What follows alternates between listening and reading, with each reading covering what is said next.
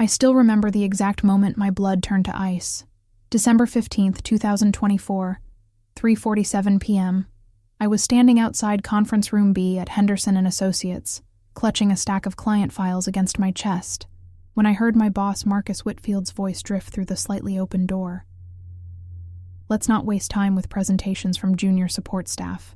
We need senior-level insights for the Morrison account. These clients expect expertise, not amateur hour. The Morrison account. The same client who had specifically requested me by name just 2 days earlier. I'd spent the last 6 months building that relationship from the ground up, working 14-hour days and sacrificing weekends to understand every detail of Mrs. Morrison's complex investment portfolio. I knew her risk tolerance better than she did, had identified 3 profitable opportunities her previous advisor had missed, and had increased her portfolio value by 18% in 6 months. But there I was, being dismissed like some college intern fetching coffee. I pushed the door open anyway, my heart hammering against my ribs. "Excuse me, Mr. Whitfield, but Mrs. Morrison specifically asked for my analysis of her Q4 projections." Marcus barely glanced up from his leather portfolio. "Elena, we've got this handled. Why don't you go organize those client files, or maybe update the database? Something more suitable to your level." His condescending smile made my stomach churn. The other 3 partners around the mahogany table, all middle-aged men in identical navy suits, avoided eye contact like I'd just walked in naked. The silence stretched uncomfortably until Mrs. Morrison herself, a sharp-eyed woman in her 60s, cleared her throat. "Actually, I was specifically hoping to hear Elena's analysis. She's been incredibly thorough with my account, and frankly, she's caught several issues that my previous advisors missed entirely." Marcus's jaw tightened almost imperceptibly. "Of course, Mrs. Morrison, but I think you'll find our senior team can provide more substantial guidance. Elena's done good preliminary work, but for strategic decisions of this magnitude, you deserve our most experienced minds." The dismissal stung worse than a slap. Preliminary work. 6 months of meticulous research, late nights, and breakthrough insights reduced to preliminary work. That night, I sat in my cramped studio apartment in Brooklyn, rain pelting the single window that faced the brick wall of the building next door. My laptop screen glowed in the darkness as I stared at my career trajectory, or lack thereof. 28 years old, MBA from Columbia with honors, 3 years of stellar performance reviews, and I was still being treated like an intern who'd wandered into the wrong room. I opened a new document and started typing. Every dismissive comment, every interrupted presentation, every time my analysis had been credited to male colleagues, I began documenting everything. Something told me I was going to need evidence, and lots of it. The cursor blinked in the darkness as I wrote my first entry. December 15th, excluded from Morrison presentation despite being primary account manager.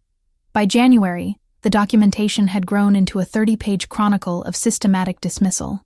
But it was the monthly strategy meeting on January 23rd that made everything crystal clear. I'd spent 3 weeks analyzing emerging market trends in Southeast Asian tech stocks, identifying what I believed was the next major growth sector. My presentation was scheduled for 10 a.m. sharp. I'd rehearsed it until I could deliver it in my sleep, complete with projected returns, risk assessments, and implementation timelines. Marcus listened to my entire 15-minute presentation without interruption, occasionally nodding or jotting notes. When I finished, he leaned back in his chair and smiled that same condescending smile. "Interesting preliminary research, Elena." "Brad, this aligns with some of the market analysis you've been doing, doesn't it? Why don't you take the lead on developing these strategies into actionable investment recommendations?" My mouth went dry. Brad Hutchinson had joined the firm 6 months after me, straight from his father's construction business with zero financial experience. His idea of market research was reading the Wall Street Journal headlines over morning coffee. "Actually, Mr. Whitfield," I said, keeping my voice steady despite the fury building in my chest, "this was my independent analysis. I've been tracking these markets for 3 months. Well, collaboration is the backbone of our success here, Elena. I'm sure you and Brad can work together to refine the strategy." He was already flipping to the next item on his agenda, dismissing me like I was a waitress who delivered the wrong order. After the meeting, I cornered Brad in the break room. He was stirring sugar into his coffee with the guilty expression of a kid caught stealing cookies. "You know that was entirely my work, right?" I said, my voice low enough that the other employees couldn't hear. He had the decency to look uncomfortable, at least. "Look, Elena, I didn't ask for this assignment. But if Marcus wants me to run with your research, then you'll just let him hand over 6 weeks of my work and pretend it's yours?" Brad shrugged, the gesture somehow managing to be both apologetic and infuriating. "That's just how things work here. You know how Marcus is with newer employees. Newer employees, that's what he called it." That evening, I started making phone calls. Former colleagues who'd left Henderson and Associates, other women in finance, anyone who might have insight into whether this was just Marcus being Marcus or something more systematic. "Elena, you're just now figuring this out?"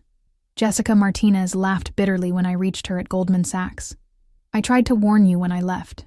Marcus has been pulling this same routine for years. Why do you think the turnover rate for women at Henderson is 67% compared to 12% for men?" 67%? The number hit me like a punch to the gut.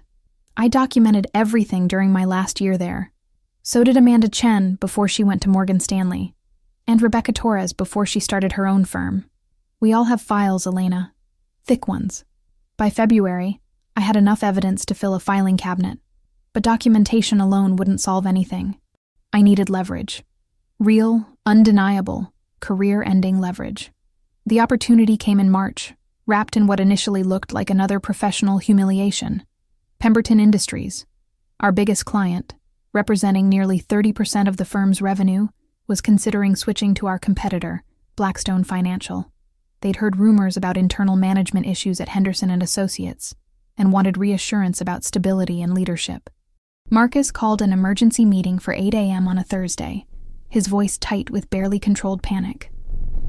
"People, this is crisis management time. We need our absolute best people on this presentation. Brad, I want you leading the client retention strategy.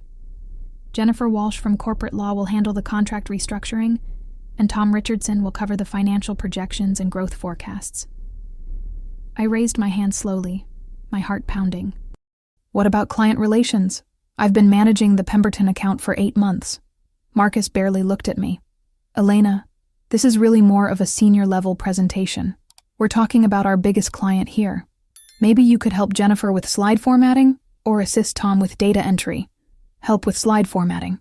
For an account I'd been managing solo for 8 months, bringing in $2.3 million in revenue, and maintaining a 96% client satisfaction rating. That's when I played my first card, the one I'd been saving for exactly this moment. "Actually, Mr. Whitfield, I think you should know that David Pemberton specifically requested that I be part of any major presentations or strategic discussions. He mentioned it in our call yesterday afternoon." The room went so quiet I could hear the air conditioning humming. Marcus's face flushed deep red. What call? The one where he expressed concerns about leadership consistency and management stability. He specifically said he values the relationship we've built and wants to ensure continuity in account management. I kept my voice professional and calm, but inside I was smiling. David Pemberton had indeed called, worried about rumors of discrimination lawsuits affecting their reputation by association. Marcus was trapped, and he knew it. He couldn't exclude me without risking our biggest client, but including me meant acknowledging my competence in front of the entire senior team. The presentation went flawlessly.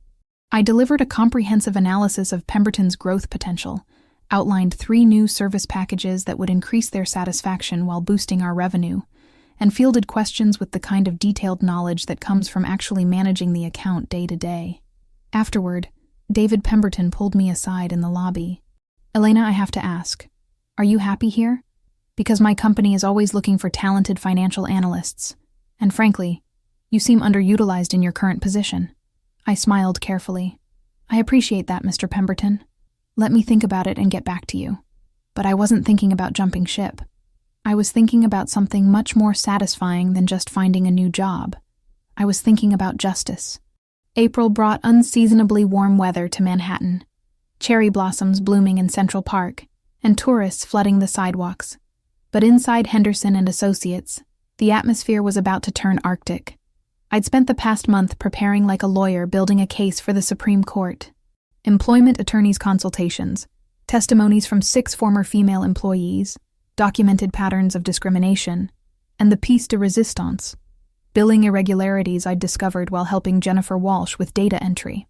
Marcus had been falsifying billing records for over 2 years, inflating hours worked by his preferred team members to make them appear more productive, while systematically underreporting contributions from junior staff, specifically female junior staff. The pattern was so obvious that even a first-year law student could have spotted it. I scheduled a meeting with the 3 senior partners for Friday afternoon at 4 p.m. Marcus wasn't invited. "Gentlemen," I began, placing a thick manila folder on the polished conference table.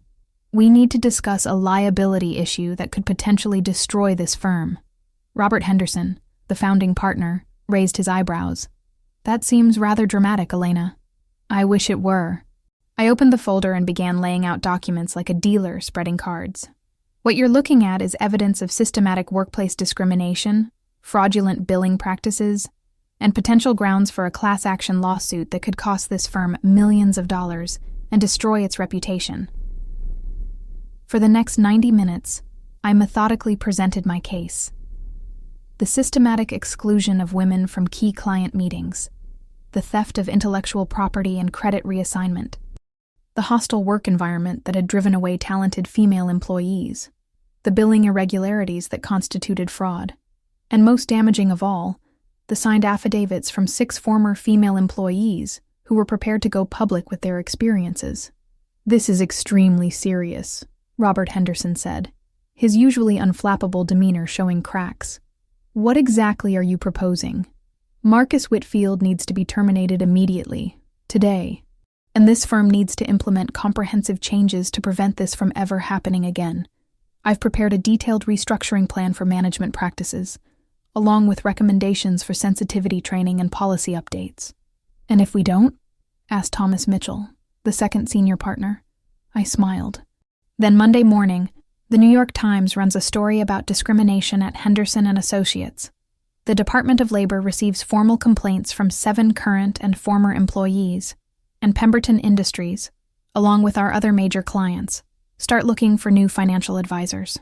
The room fell silent, except for the sound of pages turning as they reviewed my documentation. When Marcus walked into the office Monday morning, security was waiting by the elevator. He was escorted out with a cardboard box containing his personal effects and a severance package that included a very comprehensive non-disclosure agreement. I was promoted to senior financial analyst the following week, with a 40% salary increase and my own team. By summer, I was leading the strategic planning committee that Marcus had once excluded me from. 6 months later, I stood in that same conference room, now redecorated and renamed the Collaborative Strategy Center. Mrs. Morrison was there for her quarterly review, along with David Pemberton and 4 new major clients I'd personally brought to the firm. "Elena," Mrs. Morrison said as we wrapped up the meeting, "I have to say, the leadership changes here have been remarkable. This firm actually recognizes and values talent now." I smiled, looking out at the Manhattan skyline through the floor-to-ceiling windows, watching the sun set behind the glass towers of Midtown. "We've learned that wasting talent is the fastest way to waste time, Mrs. Morrison." 3 months later, Marcus Whitfield was working as a junior analyst at a small firm in New Jersey, making 60% of his former salary.